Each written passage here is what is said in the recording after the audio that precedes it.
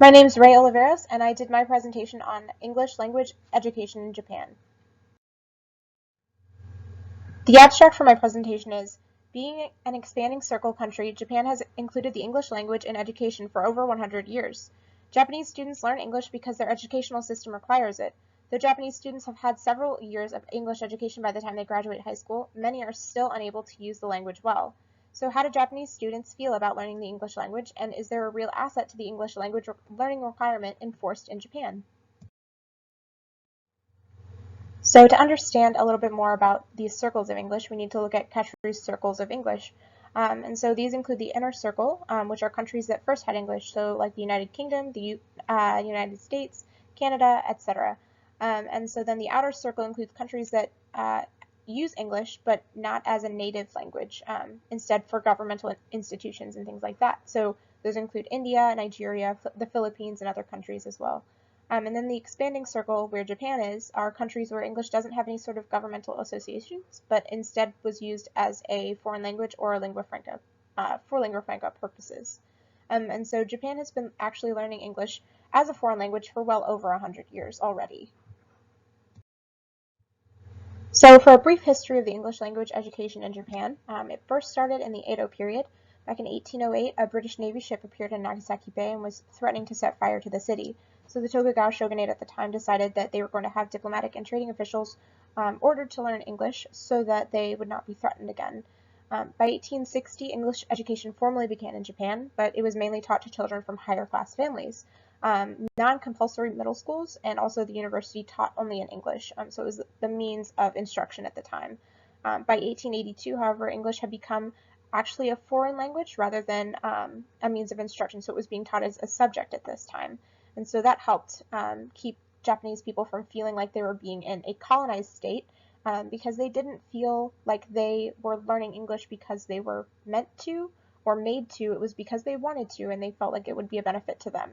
And one's attitude or their feelings toward a target language can actually really influence how well one learns a target language.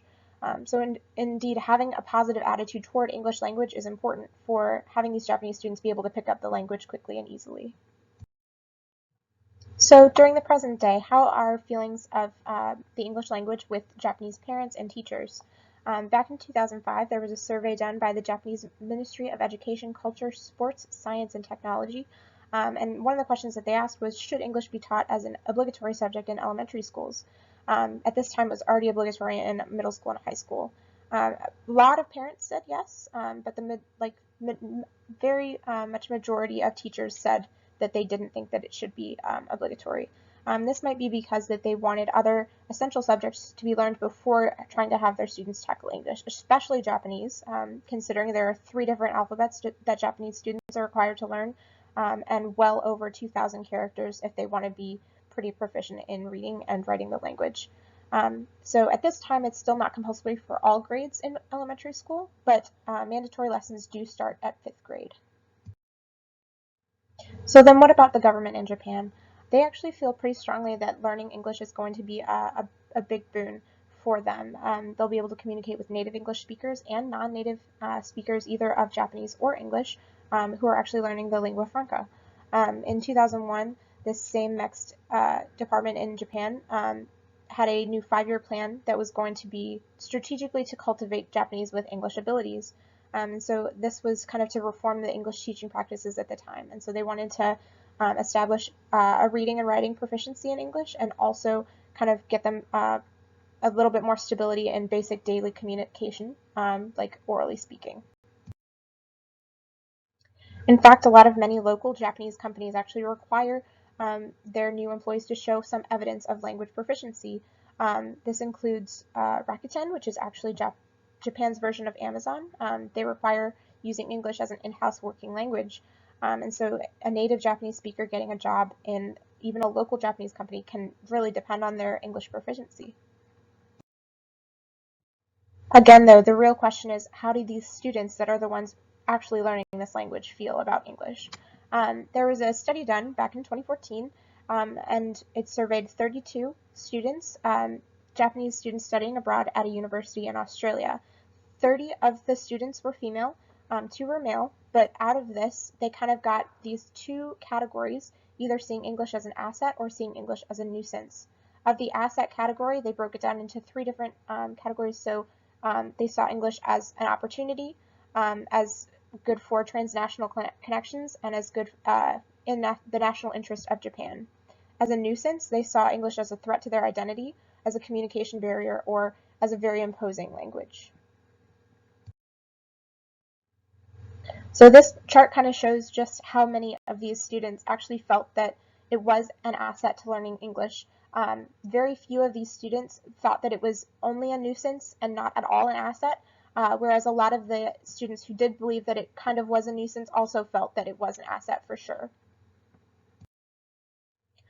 Seeing English as a nuisance, these students felt that it could be a threat to identity because English use could put smaller languages at risk for extinction, and it would discourage people learning about other cultures. They also felt that the language was imposing because of even local Japanese companies demanding such a high English proficiency for hiring. They also felt it could be a communication barrier because of the transliteration or the frequent use of English words in Japanese made it feel very imported. They did see English as an asset for various reasons, including opportunity.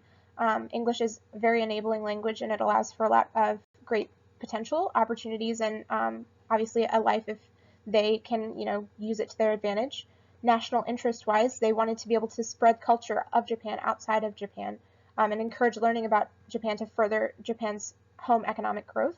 And they felt that it could be good for transnational connections because not only are they able to talk to people outside of Japan, but any other country in the world because English is so far spread around the world.